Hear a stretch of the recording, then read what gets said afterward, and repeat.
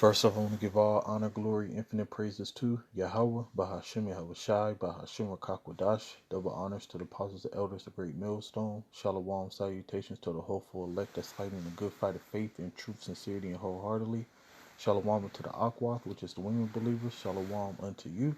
And I just want to show how, even from the beginning, the way that we got, our riches and substances and things that we need, we always got it from the heathen. The Lord always put us in a position where, the heathens was bringing what they had unto us, so, and that's going to happen again. And this is what it truly means to be blessed. So that's what this video is about. It's about really being blessed. Like the Floyd Mayweathers and the Jay-Z's and the P. Diddy's, they're not blessed. They still have to go to their enemy for one of all things, and they still have to do things that they probably don't want to do to retain their riches. See, but the so-called white man is the one that's giving them money. All right, they're not bringing, everything that they have to them.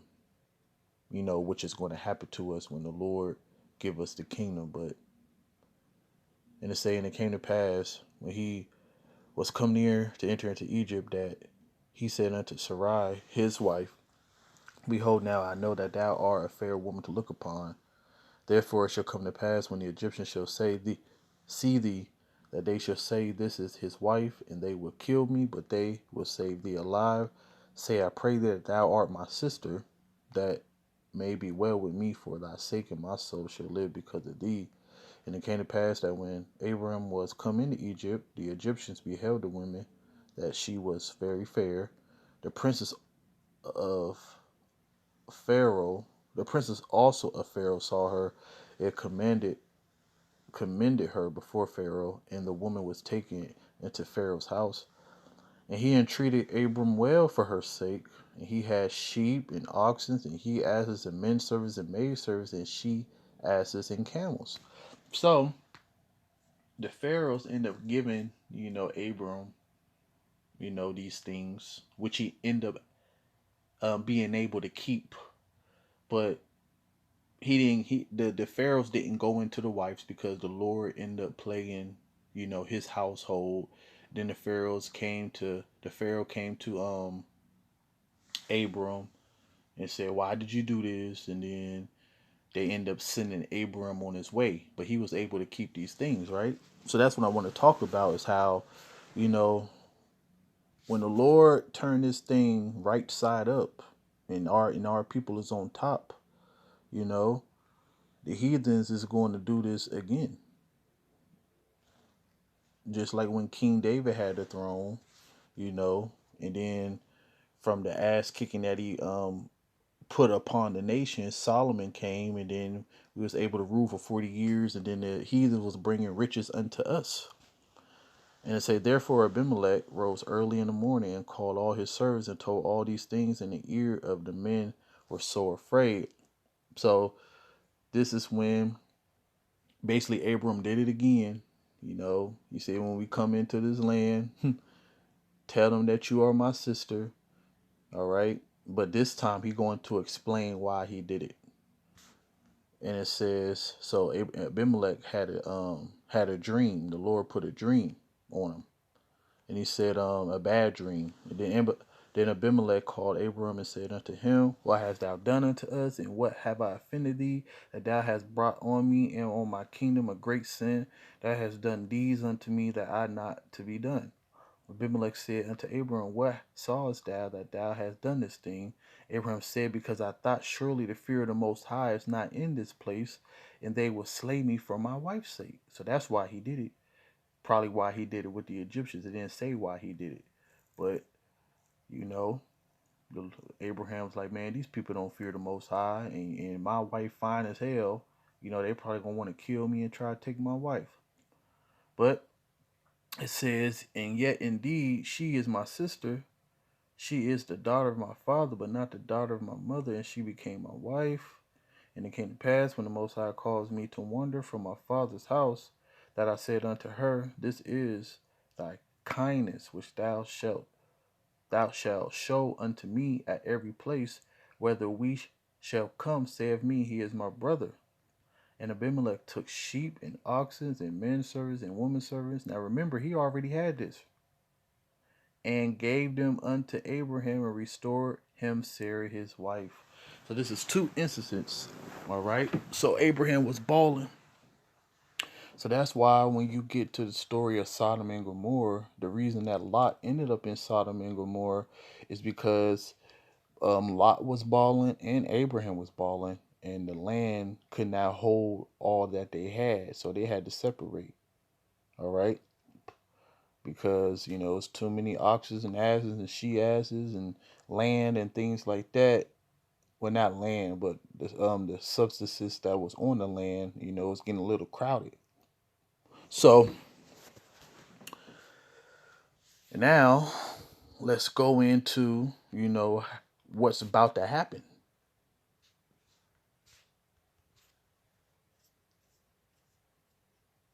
This is what we look forward to. This is the faith and patience of the saints.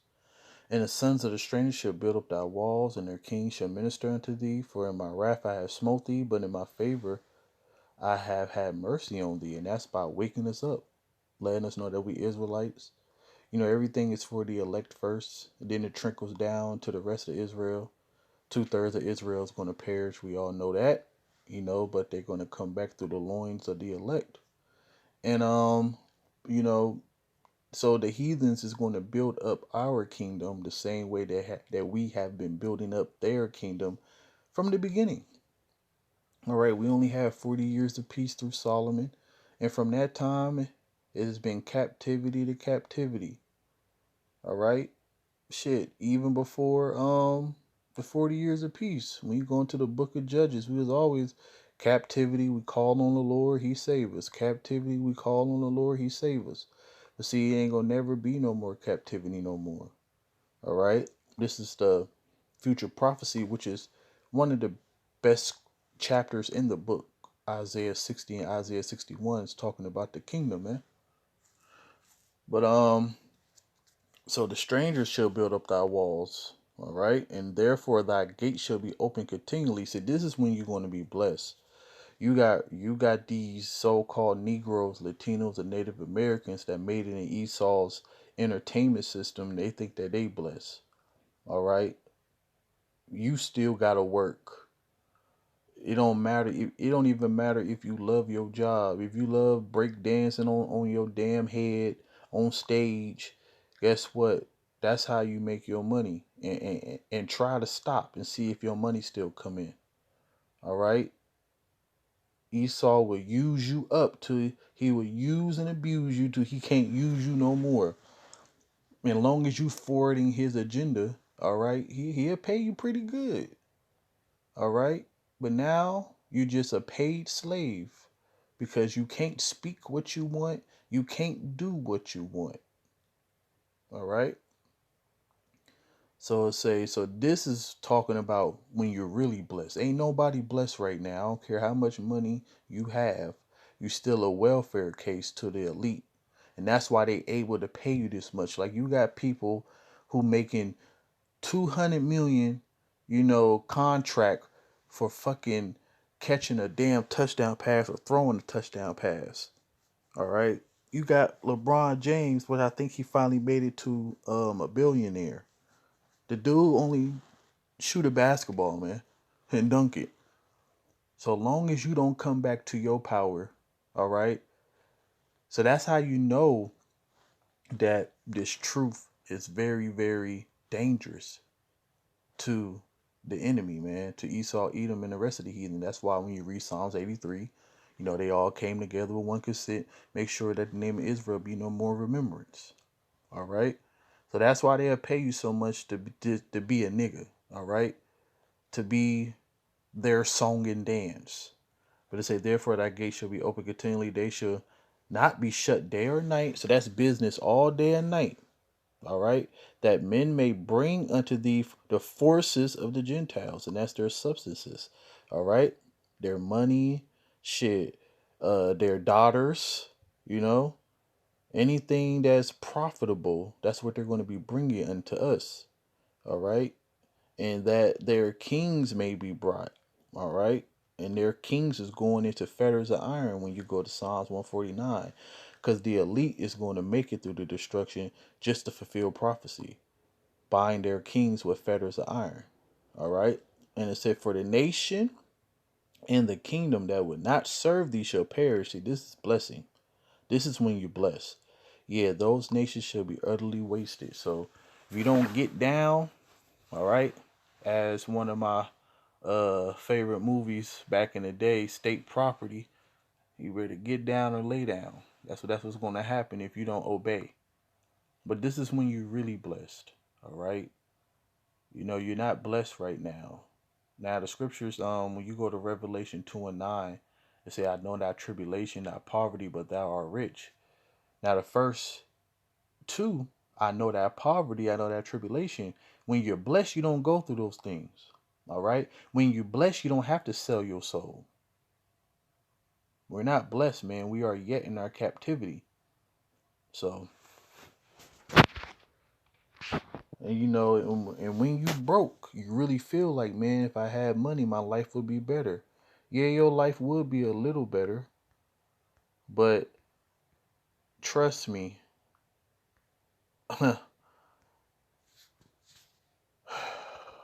as Biggie said, more money, more problems, man. First of all, you end up in a different tax bracket. You have to pay more taxes, and then with more money comes lust of the flesh and diverse temptations, as it says in 1 Timothy 6, man. Those who be rich fall into diverse lust and temptations, man, which leadeth you into destruction. So that's why the Lord, for the most part, he didn't bless, men who are in this truth with a lot of substances. Actually, King David in Proverbs, he said, feed you with food that's convenient for me. He said, make me not poor, that I steal and blaspheme the name of my power, and make me not rich, for I say, who is the Lord? And forsake thee. All right. So make me in the middle. All right.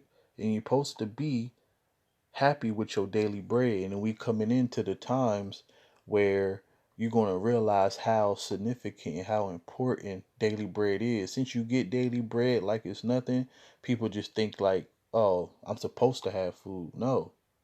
All right. We coming into a time where food about to be rationed.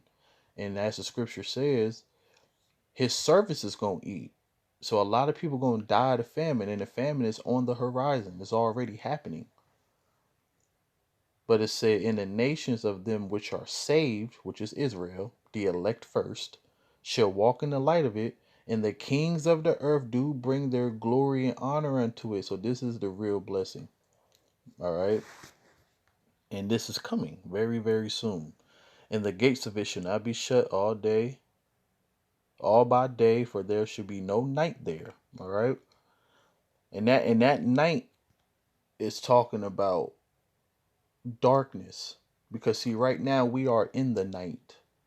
When we be saved, that will be the day. All right. That's why the scriptures talk about how we cry in the night.